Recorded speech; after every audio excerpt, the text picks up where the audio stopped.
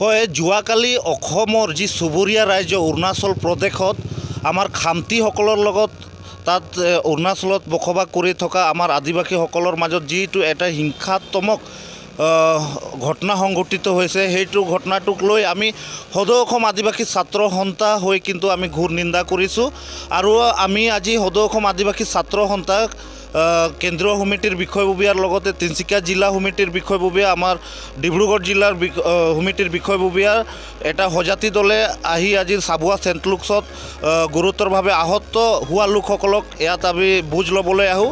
আৰু সম্পূৰ্ণ বিষয়টো বুজ লৈ আমি কিছুমান কথা জানিব পাৰিছোঁ, স্পষ্ট হ'ব পাৰিছোঁ যে তাত খামতিসকলে যে একদম অপেনলি স্বাধীনতাভাৱেৰে সিহঁতক আমাৰ এই খাটি খোৱা শ্ৰমিকসকলৰ ওপৰত কেনেকৈ সিহঁতি বন্দুকৰ গুলি ফুটাবলৈ পালে, তাত কি প্ৰশাসনে কি চকুমন্দি আছিলে নেকি? আৰু দ্বিতীয় নম্বৰ আমি চাব পাইছোঁ যে এইটো কোনোবাই যিহেতু এতিয়া আমাৰ আগন্তুক লোকসভা বা বিধানসভাই হওক আমাৰ নিৰ্বাচন সমাগম হৈছে, এইটো যদিও হ'ব পাৰে এইটো কিবা ৰাজনৈতিকভাৱে কিবা এটা লাভালাভ বা মুনাফাৰ কাৰণে কিবা এটা এইটো খেল চলি আছে নেকি? সেয়ে আমি সদৌ অসম আদিবাসী ছাত্ৰ সন্থা হৈ আমি ক'ব বিচাৰিছোঁ যে যিসকলে আহত হৈছে আৰু বিশেষ কৰি দুজন ব্যক্তিক বৰ্তমান সময়ত ICUত ভৰ্তি কৰোৱা হৈছে, এই সিহঁতক অতি শীঘ্ৰে উন্নত মানৰ চিকিৎসা প্ৰদান কৰিব লাগিব। আৰু বিশেষ কৰি আমি ক'ব বিচাৰিছোঁ যে যিটো নামচাই জিলাত, অৰুণাচলৰ নামচাই জিলাত ঘটনাটো হৈছে, এই নামচাই জিলাৰ পুলিচ প্ৰশাসনৰ বা SPয়ে হওক DCয়ে হওক এই ধৰণৰ SP আৰু DCৰ ওপৰত উচিত তদন্ত হ'ব লাগিব আৰু সিহঁতক অতি শীঘ্ৰে নিলম্বিত কৰিব লাগিব। আৰু যিবিলাক দুষ্কৃতি হয় সেই দুষ্কৃতিবিলাকক অতি শীঘ্ৰে কৰায়ত্ব কৰি সিহঁতক কঠোৰতকৈ কঠোৰ শাস্তি প্ৰদান কৰিব লাগিব।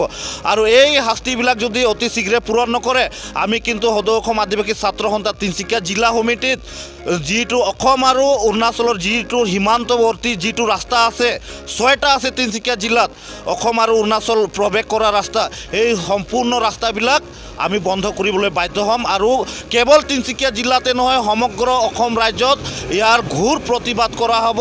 দিনে ৰাতি আমি সদৌ অসম আদিবাসী ছাত্ৰ সন্থাই গণতান্ত্ৰিকভাৱে আন্দোলন গঢ়ি তুলিবলৈ বাধ্য হ'ম। যোৱাকালি অৰুণাচল প্ৰদেশৰ নামচাইত যি হিংসাত্মক ঘটনা বুলি ক'ব বিচাৰোঁ, যিটো খামতি ভাইসকলে আমাৰ আদিবাসী ভাইসকলৰ ওপৰত যি আক্ৰমণ কৰিলে, এই ঘটনাক আমি সদৌ অসম আদিবাসী ছাত্ৰ সন্থাই তীব্ৰ নিন্দা কৰিছোঁ। আৰু এই ঘটনাৰ লগত জড়িত ব্যক্তিসকলক শীঘ্ৰে কৰায়ত্ব কৰি আইনী ব্যৱস্থা গ্ৰহণ কৰিবলৈ আমি সদৌ অসম আদিবাসী ছাত্ৰ সন্থাই আমি দাবী জনাইছোঁ। এই ঘটনাত 16জন ব্যক্তি গুৰুত্বভাৱে কম বেছি পৰিমাণে আৰু 2জন ব্যক্তি গুৰুত্বভাৱে আঘাতপ্ৰাপ্ত হৈছে। আৰু 2জন ব্যক্তি প্ৰতাপ লোহাৰ আৰু বিনোদ মুণ্ডা ইতিমধ্যে ICUত ভৰ্তি হ'বলগীয়া হৈছে এই চেণ্ট লুক হস্পিটেলত। আমি সদৌ অসম আদিবাসী ছাত্ৰ সন্থাৰ তিনিচুকীয়া জিলা, ডিব্ৰুগড় জিলাৰ সমিতিৰ এটা সজাতি দলে আজি এই ঘটনাৰ সম্পূৰ্ণ বুজ লৈ ইয়াত এই যিসকল আহত আৰু গুৰুত্বভাৱে আহত হোৱা ব্যক্তিসকলক আমি খবৰ লওঁ। আমি সদৌ অসম আদিবাসী ছাত্ৰ সন্থাই এই ঘটনাক আমি এটা উচিত তদন্ত বিচাৰিছোঁ। আৰু অৰুণাচল প্ৰদেশৰ চৰকাৰ আৰু নামচাইৰ যি জিলা প্ৰশাসন আছে, আমি সুধিব বিচাৰিছোঁ তেওঁলোক থকা অৱস্থাত কেনেকৈ খামতি ভাইসকলে বন্দুক চলালে বা গুলী বাৰুদ কৰিলে, এই ঘটনাক আমি এটা উচিত তদন্ত বিচাৰিছোঁ। আৰু তেওঁলোকে থকা অৱস্থাত কেনেধৰণৰ এই ঘটনা হ'ল এটা উচিত তদন্ত কৰি দোষীক কৰায়ত্ব কৰিবই লাগিব। অন্যথাই সদৌ অসম আদিবাসী ছাত্ৰ সন্থাই অসমতো এই ঘটনাৰ আমি প্ৰতিবাদ কৰিম আৰু দোষী ব্যক্তিসকলক কৰায়ত্ব নকৰা পৰ্যন্ত এই ঘটনাক প্ৰতিবাদ কৰিম। আৰু আমাৰ যি গুৰুত্বভাৱে আহত হৈছে তেওঁলোকৰ উন্নত চিকিৎসা আমি দাবী জনাইছোঁ। আৰু ইতিমধ্যে কম বেছি পৰিমাণে আহত হৈছে তেওঁলোকৰ উন্নত চিকিৎসা দাবী জনাইছোঁ। আৰু ক্ষতিপূৰণো আমি সদৌ অসম আদিবাসী ছাত্ৰ সন্থা হৈ ক্ষতিপূৰণো দাবী জনাইছোঁ। আজি আমি সদৌ অসম আদিবাসী ছাত্ৰ সন্থা কেন্দ্ৰীয় সমিতিৰ সন্মানীয় উপসভাপতি দেৱেন ওৰাং তথা তিনিচুকীয়া জিলা সমিতিৰ সন্মানীয় সভাপতি এলবাৰ্ট তৰেয়া আৰু আমাৰ তিনিচুকীয়া জিলা সমিতিৰ বিষয়ববীয়াৰ লগতে ডিব্ৰুগড় জিলা সমিতিৰ আদিবাসী ছাত্ৰ সন্থাৰ বিষয়ববীয়াসকলক লৈ কিনে আজি আমি চাবুৱা চেণ্ট লুক্সত উপস্থিত হৈছোঁ।